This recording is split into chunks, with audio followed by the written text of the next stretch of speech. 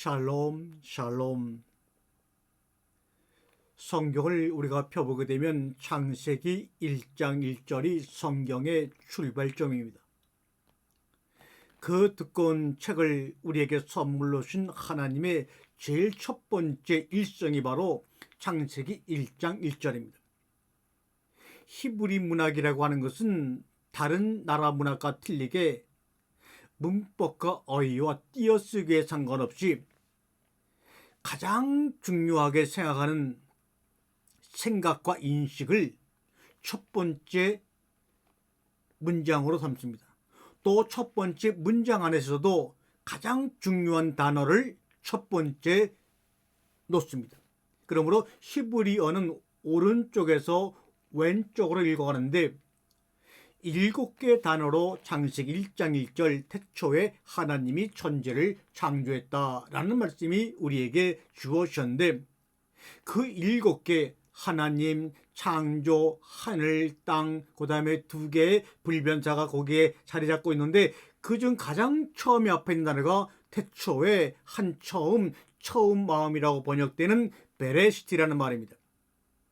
그리고 이 구약 성경의 책의 제목들은 이 지금 우리가 알고 있는 구약 성경, 창세기, 출애굽기, 레위기 등등등등 이 제목은 히브리어 구약 성경을 헬라어로 번역한 70역 성경을 만들 때 정해진 책의 제목이지, 원래 히브리 성경은 창세기, 출애굽기라고 되어 있질 않죠. 그 내용의 가장 앞에 있는 단어를 제목으로 삼는 것이 히브리 문학의 기법입니다. 그러므로 창세기는 원래 히브리어 성경을 보게 되면, 지금 이스라엘 사람들이 보는 성경으로 보게 되면 창세기라고 되어 있지 않고 제네시스라고 되어 있지 않고 베레시티, 처음에, 이렇게 책의 제목이 나와 있습니다. 우리는 창세기 1장 1절을 수백 번, 수천 번, 아마 예수를 믿은 지 조금만 되는 사람이라면 다른 건 몰라도 아주 짧고 간단하고 엑기스 같은 말씀, 태초에 하나님이 천지를 창조했다. 이 말에 감동이, 울림이 오지는 않지만 무엇인가 호기심을 가지고 마음속에 암송하고 있는 말씀일 겁니다. 이 태초에 하나님이 천지를 창조했다, 이 말씀을 저는 읽고 있는 동안에 수많은 직역도 해보고 의역도 해보고 시적인 표현으로 감동을 받아 시로 표현도 해봤는데, 오늘은 이런 감동이 저에게 온 거예요. 태초에 하나님이 천지를 창조했다. 이 말은 너도 누군가의 첫사랑이었다, 이런 말입니다. 당신도 누군가의 첫사랑이었다.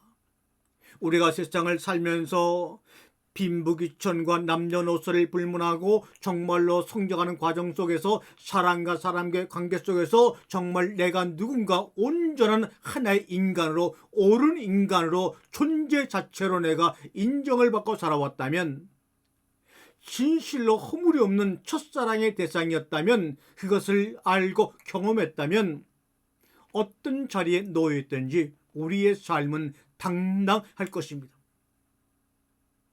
하나님이 모세에게 모세오경을 주었을 때는 성경적인 연대로만 제안해서 본다 그러면 아담을 창조한 후 2700년 이상이 지난 다음에 문자로 하나도 기록하지 않으셨던 하나님이 2700년 이상이 지난 시기에 사막으로 나와 있는, 쫓겨나와 있는 모세와 이스라엘 백성들에게 태초에 하나님이 내가 천지를 창조했다,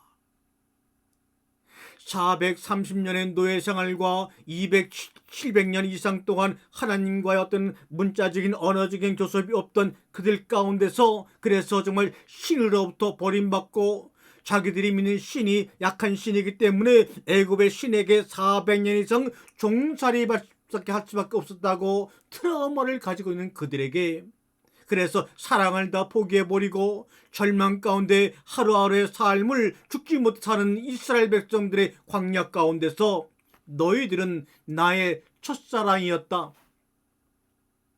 그것을 왜 잃고 있니? 그러면서 창세기 1장 1절에 이 말씀을 요한계시록 2장 4절에 가보면 이렇게 표현하지 않습니까? 소아시아 7교회 중에서 책망이라고는 전혀 없이 완벽한 주님으로부터 칭찬을 받은 교회가 바로 에베소 교회입니다.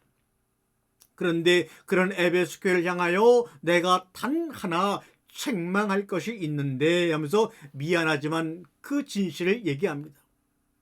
너의 처음 사랑을 버렸느니라. 그러므로 그 처음 사랑이 어디에서 떨어졌는지를 생각하고 회개하여 처음 행위를 가지라. 그렇지 아니하면 내가 내게 가서 내 촛대를 그 자리에서 옮기리라. 소아시아의 6교회가 볼 때는 완벽한 에베소의 교회를 향해서 하나님은 촛대를 옮겨버린다는 책망을 수없이 많이 받은 자기네 교회와 책망을 전혀받지 않은 에베소 교회와 보니까 촛대를 옮김을 당하는 심판의 자리에 같이 놓여 있는 겁니다. 왜 그랬을까요? 세상에 살면서 세상의 삶의 가정 속에서 허물이 없고 칭찬으로만 가득한 것과는 아무 의미가 없습니다. 우리 주님이 마음의 중심, 교회의 중심을 보시는 것은 뭐냐? 너의 첫사랑을 가지고 있느냐? 그것을 잊어먹고 처음 행위를 기억하지 못하고 있느냐 하는 겁니다. 2700년 이상의 긴 세월 동안에 모세와 이스라엘 백성들에게 나타나서 내가 천지를 창조했느니라고 말씀하신 그 하나님의 그리움, 창세기 1장 1절을 회복하라는 겁니다. 75세에 불림을 받았지만 자기를 불러주신 하나님을 한 번도 보지 못하다가 99살에 모든 것을 포기하고 이스마엘을 자기의 후손으로 삼고 살아가는 아브라함에게 나타나셔서 주님이 말씀합니다. 나는 전능한 하나님이니 아니 엘샤다이, 그러므로 내 앞에서 온전하라, 탐이라라. 그렇게 말씀하시면서 하나님이 아브라함에게 언약을 주십니다. 이것도 바로 너는, 아브라함은 나의 첫사랑이었다, 나의 그리움의 대상이었다고 말씀하고 있는 겁니다. 여러분은 하나님의 첫사랑의 대상이었습니다. 창세기 1장 1절을 반복해서 묵상하며 성령의 감동으로 태초 이전에 하나님과 누렸던 첫사랑의 관계, 첫사랑의 행위를 여러분이 기억하고 가르침을 받게 되면 여러분의 마음 가운데서, 여러분이 사막 한가운데 서 있던, 산꼭대기에 서 있던, 혼돈과 공허와 기쁨 속에 빠져 있던 어느 경우에서도 여러분은 내가 누구인지를 알게 되는 것입니다. 내가 누구인지를 알 때만이 내 안에서, 내 바깥에서 하나님의 나라 천국이 이루어지고 확장되어 나가는 것을 경험할 수가 있는 겁니다. 99세의 아담에게 나타나 나는 전능한 하나님의 했던 그 전능한이라는 샤다이라는 말은 올마이티, 슈퍼맨을 의미하는 것이 전혀 아닌데, 모든 나라의 성경이 전능한이라는 샤다이라는 단어를 올마이티, 슈퍼맨, 어벤져스 이 정도 급으로 생각하는 단어를 사용하고 있습니다. 그러나 샤다이라는 단어는 산모가, 엄마가 아이를 낳고 아이에게 젖을 물리기 위해서 젖이 퉁퉁 불어있는 상태를 이스라엘 사람들은 샤다이다 그럽니다. 그 다음에 타민이라 온전하다는 말은 젖이 퉁퉁 부른 엄마의 품에 앉아서 그 젖을 완벽하게 먹고 있는 모습을 타민, 완전하다고 말합니다. 그러므로 전능하다는 샤다이와 완전하다는, 온전하라고 하는 타민이 하나로 결합되어서 우리 삶 속에 나타나는 것이 바로 언약, 베리트입니다. 이 베리트란 단어는 바라라는 단어에서 나왔는데, 창조하다는 말도 발음은 바라지만 여기서 바라는 젖을 먹이다, 고기를 먹이다라는 뜻에서 바로 언약이란 말이 나왔습니다. 그러므로 창세기 11장 1절과 4절에 나온 단어 중에 전능하다, 온전하다, 언약이라는 단어는 퉁퉁 부은 젖을 먹는 모습을 우리에게 보여주시는 그런 하나님이 바로 아브라함에게 나타나시고 그를 풀러서 가나안으로 인도하시는 하나님이라는 것을 우리에게 말합니다. 그 모습은 바로 첫사랑의 결과 아닙니까? 사랑하는 남편과 아내가 첫사랑으로 만나서 그의 선물로 아이가 태어나서 그 아이들에게 정말 완벽한 영양분과 젖을 주기 위해서 기다리고 있는 엄마의 모습, 그리고 그 엄마의 품에 안겨서 그 젖을 완벽하게 빨고 있는 그 모습, 그것을 바라보는 그 남편과 아버지의 모습은 바로 언약이 이루어진 모습을 보고 있는 광경의 상황입니다. 성경의 말씀을 문자로 보고 문자로 해석하여 문자에 구속당한다면 성경의 모든 이야기는 우리의 삶 속에 허물이요 아름다운 소리로 들리지 않습니다. 여러분이 성경을 문자로 줄 수밖에 없는 하나님의 마음을 이해하고 성경을 보기 시작하면 그 문자에서 여러분이 풀려나는 시간이 있을 것입니다. 그것이 바로 성령의 임재의 시간이요 성령의 충만함의 시작입니다. 들어보셔요. 의미에서 로고스에서 풀려난 소리는 비로소 우리의 심령을 울리는 아름다운 소리로 들립니다. 아무 뜻이 없는 것 같은 숲속에서 새의 지저귀 소리를 한번 들어보셔요. 그리고 기억해 보세요. 물에 비친 가지끝 섬세한 떨림을 보시기 바랍니다.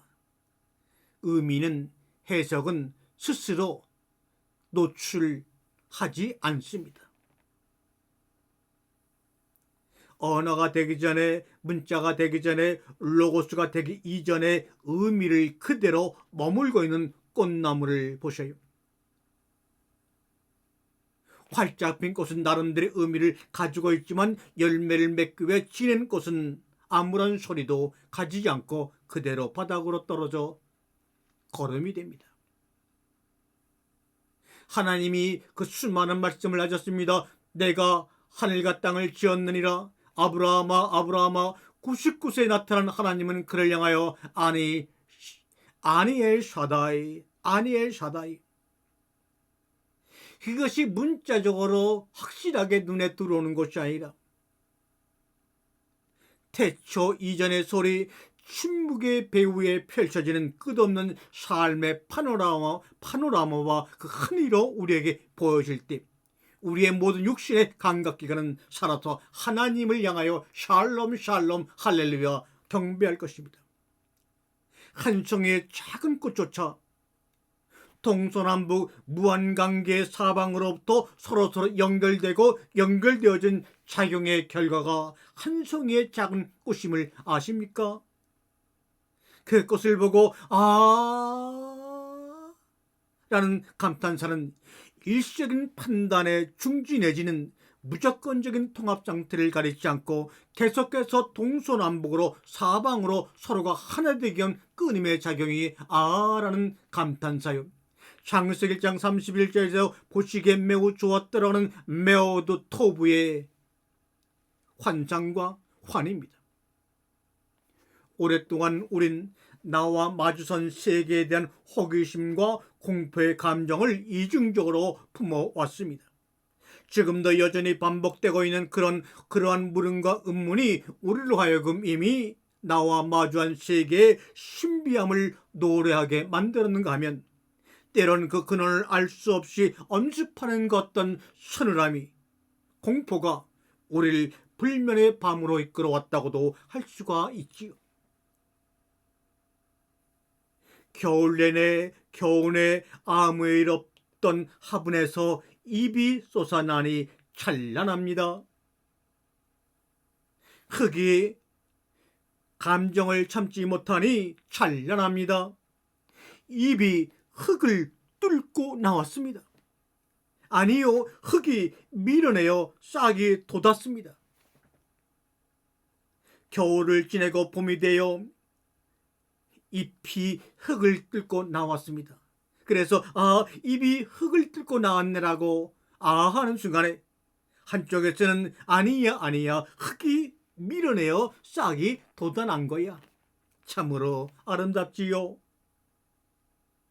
흙으로 만들어진 여러분 몸 안에, 내 몸 안에 그 안이 얼마나 완벽한 어둠 가운데 허공입니까? 그런데 그 허공 속에 새파란 별이 뜨듯 붉은 꽃봉울이 살풋 열리듯 화게 꽃이 크게 피었구나. 그게 바로 이 땅에 창조된 나요, 여러분들입니다. 그러므로 우리는 하나님 말씀을 읽을 때도 같은 문장이라도 같은 글자라도 보는 사람들의 관점에 따라 얼마든지 다르고 때로는 그 차이가 이해하는 수준이 천지차이일 수가 있습니다. 그래서는 바로 그것이 같은 문장이라도 아프리카 사람이, 유럽 사람이, 동아시아 사람이, 미국 사람이, 많이 배운 사람이, 배운 사람이, 검은 얼굴이, 하얀 얼굴이, 사람에 따라, 관점에 따라, 시기에 따라, 역사에 따라, 연도에 따라 그 문장을 다 다르게 해석할 수밖에 없는 것이 인간들인데, 그런 인간들을 아시고도 하나님은 담대하게 그런 인간들의 언어로 당신의 계시를 기록해 주신다고 하는 것은 기가 막힌 묘수요, 하나님 자신의 죽음이 아니던가요? 우리는 지금 성경을 아주 좋은 가죽 표지에다가 좋은 종이에다가 책을 만들어서 다 갖고 다니고, 때로는 스마트폰에다가 디지털 기어로 성경을 다 자세하게 완벽하게 번역해서 각 나라 말로 쉽게 누구나 접근합니다. 그래서 성경이 얼마나 귀하고 정말 귀한 것인지를 알지 못합니다. 당연히 성경은 읽는 것이라고 생각합니다. 그러나 원래 성경 66권은 읽기 위해서 만들어진 책이 아니라, 그렇게 쓰여진 내용이 아니라 다 들으려고 듣는 사람들을 위해서 낭송을 하기 위해 산문이 아닌 운문으로 기록되어 있습니다. 그래서 창세기 같은 경우는 전반기에는 다 시의 형식으로 기록되었습니다. 과거의 고대 문서들이 다 그렇습니다. 운문이라는 것은 시의 형식을 빌려서 쓰여진 것입니다. 그러므로 시의 형식으로 낭독해 주게 되면 듣는 사람들이 그 마음속에 여백이 생기고, 여백이 생긴 마음속에 각자 나름대로 주신 감동과 상상력이 그의 삶에 충만해지는 것입니다. 이것을 시나 미토스 언어라고 하는 겁니다. 그러니 얼마나 듣는 사람들의 다양한 처지에 따라, 환경에 따라 그 낭송되어진 창세기가, 마태복음이, 요한복음이, 로마서가 다 달리 들리겠습니까? 로마서 사람들이 낭송받았던 로마서와, 고린도 교인들이 들렸던 로마서와, 예루살렘 교인들에게 들려줬던 로마서의 내용은 같은 내용이지만 살고 있는 처지와 환경에 따라서 다 달리 들렸을 것입니다. 거기에 누가 시비도 걸지 않았습니다. 그리고 낭송하는 것을 들려줄 때 듣는 사람의 입장에서 듣기 좋게, 또 오랫동안 기억되어서 다른 사람에게 낭송된 것을 전하기 좋게 그렇게 문장을 기록하여 보존하였던 것이 지금 우리가 책으로 꽁꽁 싸묻어 한쪽 구석에 나와둔 성경입니다. 더군다나 이 구약이나 신약 성경을 기록했던 그 당시는 글을 쓰거나 읽을 줄 아는 사람이 그야말로 0.01%도 안 됐습니다. 너무나 극소수의 사람만이 글을 알고 있었기에 문자에 모음도 없이 자음으로만 기록되었고, 같은 글자라도 어떻게 발음하느냐에 따라서 뜻이 달리 해석되어지던 시대입니다. 띄어쓰기도 없고 문법도 없고 1장 1절 2절 3절 장절 구분도 없었는데, 그것을 우리가 무슨 수로 논리적으로 해석하려고 합니까? 그저 100년 전 정도에 만들어진 히브리어 사전이나 헬라 사전을 의지해서 한다 그러면, 여러분 이미 그것을 의지할 때, 사전을 의지해서 해석하려고 할 때는 하나님의 뜻과는 동떨어져 있을 것입니다. 우리가 말씀이라고 하는 로고스라는 형식의 글은 플라톤이 처음으로 사용한 것입니다. 그리고 로고스라는 말을 가장 먼저 사용한 사람은 에베소 교회에 살고 있던 헤라크레이토스라는 철학자입니다. 현재 우리 형식으로 번역되어 버린 이 성경은 플라톤 이후에 기록되어 있는 산문, 논문의 형식으로 기록된 겁니다.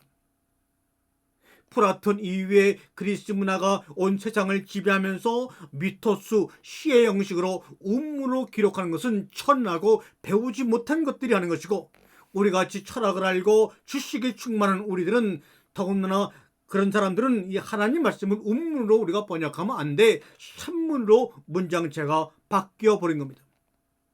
이것은 그 당시 극소수의 사람들이나 철학자들이 하던 방식이지 서민들과는 전혀 동떨어진 것입니다. 그럼에도 불구하고 성경을 그 당시에 낭송을 듣던 원청자 입장이 아닌 21세기를 살아가는 나의 입장에서 보고 듣기만 하려고 하니 알 길이 없으니, 그러니 알 길이 없으니 궁금하지도 않으니 질문도 없고 믿습니다. 믿음만 강조하고 강조하게 성도들을 끌어갑니다. 나의 이야기, 내가 누구인지의 이야기, 나를 지으신 하나님의 이야기, 그 수많은 수천 년 동안 쌓인 이야기를 들으면서 하나의 궁금증과 날카로운 질문이 없다는 게 이게 말이 됩니까? 다시 정리합니다. 창세기 1장 1절 앞에서 늘 그 말씀 앞에서 우리는 그 그리움에 내 자신이 무너져 무릎을 꿇고 엉엉 운 모습을 봅니다. 2700년 이상 그리움이 농축된 그 한 문장, 내가 하늘과 땅을 창조했느니라. 그 그리움을 우리에게 의문문으로 시의 형식으로밖에 물어보실 수밖에 없었던 환경, 애달파라. 그러면서 내가 하늘과 땅을 창조했다고 말씀하시면서 그 말씀을 듣고 그리움 속에 빠져있는 우리들에게 질문을 유도하시는 하나님의 모습을 여러분 봐야 합니다.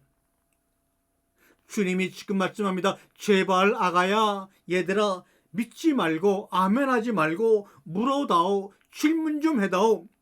수천 년 동안 너희와 내가 떨어져 있었는데 그 떨어진 세월 동안 내 마음속에, 너희들의 마음속에 서로를 향한 그리움이 있다면, 궁금증이 있다면 질문 좀 해다오, 물어다오. 그 물음 속에 우리가 생각하지 못한 정확한 답이 우리 인생 앞에 놓여질 겁니다. 그런데 그러한 모든 그림을 막는 세상의 모든 치장물들을 벗겨내야 그 그리움을 회복하고 질문할 수가 있습니다. 인간의 힘으로 그 모든 치장물과 담벼락을 무너뜨릴 수가 없기에 하나님은 어둠과 혼돈과 고난과 질병과 다양한 삶의 인생의 수를 통하여 그리움을 회복시켜주고 계시는 그 하나님의 아픈 마음과 격한 감정을 아시는지요? 그래서 그렇게 어린아이 같지 아니하면 그러셨습니다. 어느 날 나도 모르게 내 곁으로 조용히 살포시 다가오셔서 아이야 어깨를 툭 치시면서 뒤에서 내 가슴을 허그하면서 나야 하셨을 때 그 하나님의 모습, 그 소리, 나를 진저러지게 했으며 두 손 들게 하고 말았습니다. 나는 전능한 하나님이야, 너는 내 앞에서 온전하라고 말씀하시면서 전능과 온전함이 하나로 우리의 삶 속에 경험되어질 때 그것이 바로 언약이란다. 나가 너가 되고 너가 나가 되는 게 언약이야. 그래, 주님께서는 너희가 나의 살을 먹고 나의 피를 먹고 마시지 아니하면 너희 가운데 영생이 없다, 구원이 없다 하시면서 언약을 재언약 확인해 주신 것이 바로 예수 그리스도입니다. 창세기 1장 1절에 울타리를 넘어 나갔다가 다시 그 울타리 안으로 그 자리로 돌아와야 합니다. 그것이 바로 나는 알파 오메가요, 처음과 나중이요, 시작과 끝이라고 말씀하신 계시록의 예수님의 고백입니다. 그러한 진정한 그리움은 침묵과 질문이 함께 뒤엉킨 카오스의 세계일 것입니다. 진정한 사랑의 감정, 마음이 바로 혼돈의 세계가 아닐까 생각합니다. 그런 혼돈과 카오스의 세계로 이어지는 하나님의 그리움이 창세기 1장 2절에 땅이 혼돈하고 공허하며 깊은 가운데 있고 하나님의 신이 수면에 운행한다고 하는 창조 6일의 시간으로 나아가는 것임을 우리가 알고 경험하시기를 주의 이름으로 간절히 축원드립니다. 아멘.